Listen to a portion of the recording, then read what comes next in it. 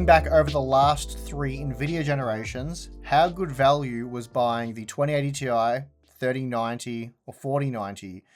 At a glance, they look like better purchases than the 80 series cards. And what can this tell us about the future 5000 series?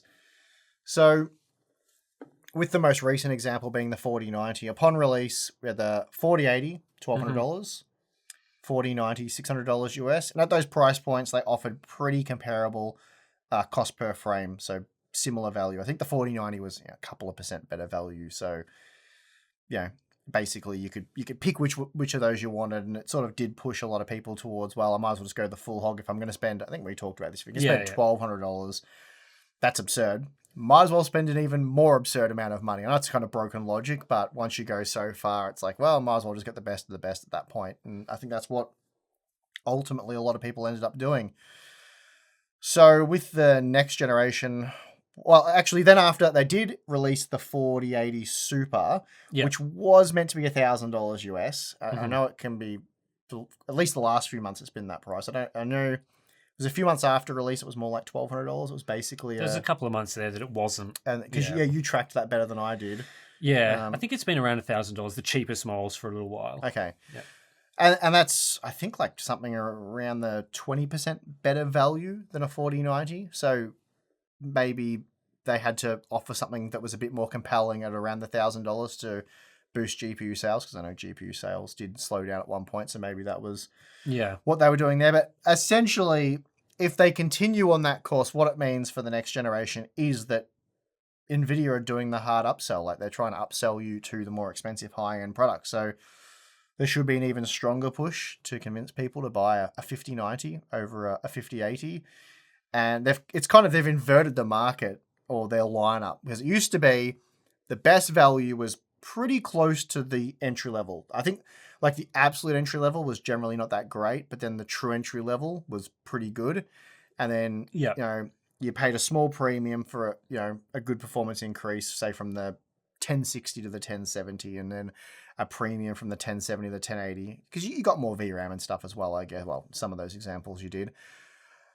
But generally, the higher you went, the more of a premium was associated with that jump up, whereas it seems like it's the other way around now. So it's the entry level ones are like bad in terms of value, like especially if you calculate value for what the product offers overall, as in its ability to offer ray tracing performance, the amount of VRAM you get, then there's the overall rasterization performance. So definitely seems like every step of the way now they're trying to upsell you to that next tier, if not the next few tiers. So I expect that to be the case with the GeForce 50 series. Yeah, I do as well. It'll be interesting to see how effective that is, because I don't think there's a lot of demand for people who normally spend $300 to suddenly spend $500. I just don't really think that's a realistic path that they could take. Like, I think you could convince someone who is maybe going to spend $700 on like what is now the 4070 Ti sort of product to maybe shift up to get something that's more premium. And obviously with the 4080 to 4090, that's definitely what they attempted. And I think you could convince someone that was going to spend $1,200 to spend $1,600. But when you're talking about those entry-level price points or mid-range price points, usually people are in that price tier because they either can't or don't want to spend more money. Like they buy in that, they're not like, oh, what am I going to buy today? A 4090, or am I only going to spend $300? I think they've just tried to, I think they've spent generations and many years now, probably the better part of a decade, killing that though. So people who have jumped into PC gaming over the last 4 years, that's not really their mindset or their expectation. So if you jumped into PC gaming anytime over, say, the last 3 years, you're not sort of sitting here going, where's my really powerful, good value $300 GPU? You're kind of like, ugh. Sure.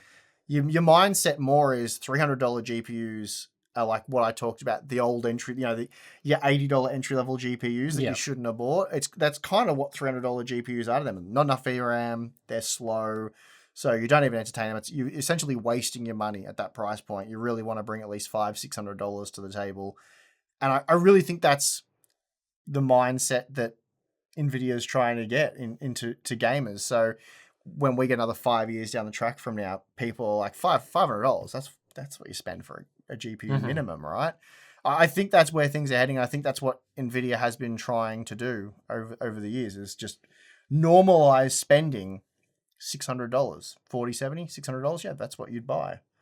I think they're trying. I mean, I think in some respects, the competition that's been around them has, I'll just say, they have let NVIDIA do that. Like AMD has not presented strong enough competition Yeah, but it's also to just allow NVIDIA not to do that. Like if AMD had a really great $200 or $300 GPU that was universally the best in that range, right? Yeah. Then NVIDIA would not be able to normalize a $500 GPU. I totally agree with you, but AMD and NVIDIA have the exact same objective. But that's what I'm saying, right? Yeah. Like they have NVIDIA's objective makes sense because they're a monopoly and they're in the leadership position. So they can do whatever they want. Yeah, okay. Whereas with AMD, I agree they have the exact same objective, but their objective is wrong, hasn't worked. Well, that is true. So we've seen AMD's market share wither away because they've made these, in my opinion, terrible decisions. Agreed. And so effectively the lack of competition that AMD went down that path, and that lack of competition that's created has then allowed and enabled NVIDIA to try this strategy of normalizing $500 GPUs. If there was actual, let's say there was a $300 GPU that was amazing, and you just wouldn't toss up any other option from a non-NVIDIA brand, then it'd be really hard for them to say, like, you need to spend $500 on a 4070 or 5070 or whatever. But that's just not the reality that we're in. Now, AMD said that they're going to shift things around and try target that price range again, whether they're forced into that because of the products that they're making or not, we're not sure. But they've said they're attempting to do that. Which is what they should have done a long time ago, and perhaps it's what NVIDIA expected them to do, which is why they push so heavily for this RTX branding, whereas like you want to have an RTX GPU, because RTX in the mind of so many gamers that probably aren't informed to the degree that you'd like them to be, think that means ray tracing.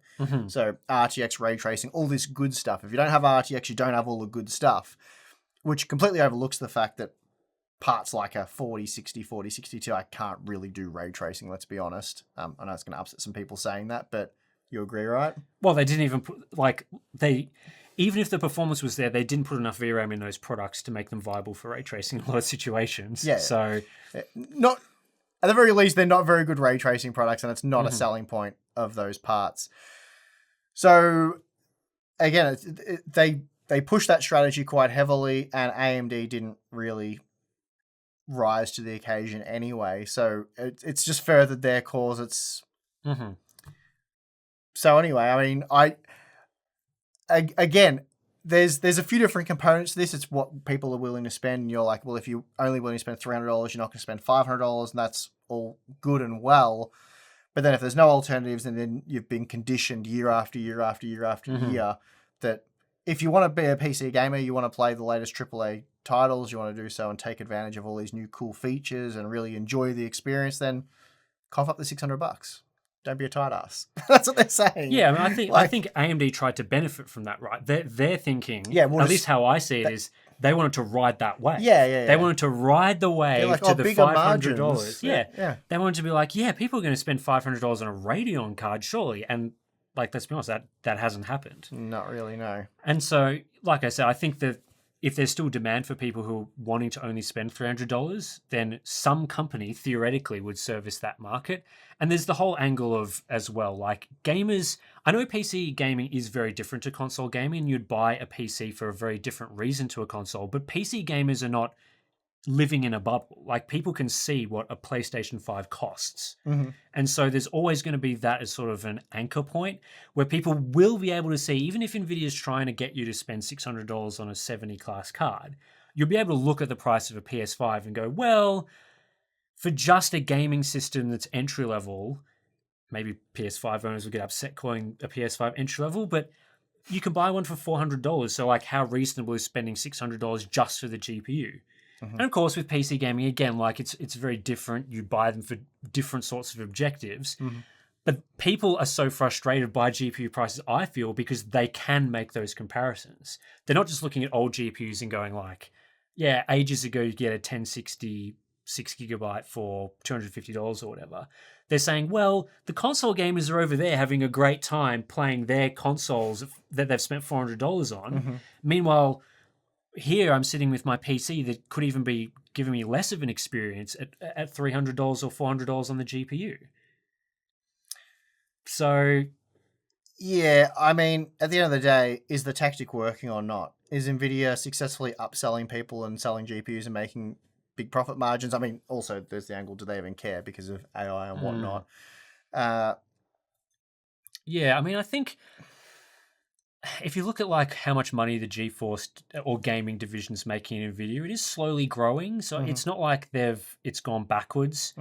But then for AMD, it clearly hasn't worked, and that clearly has gone backwards. So basically, NVIDIA's tactic of upselling you and charging you more has worked. For them, yes. And AMD's tactic of charging a little bit less for a slightly inferior product hasn't worked. I think so. So it's really up to questions of how far does NVIDIA want to push that? And then is AMD content with having their Radeon division continue to slide in market share? I think NVIDIA's going to be very content to get people to push up, but it sounds like AMD's going in a different direction. But we'll see. We'll see what that actually means. That could mean anything.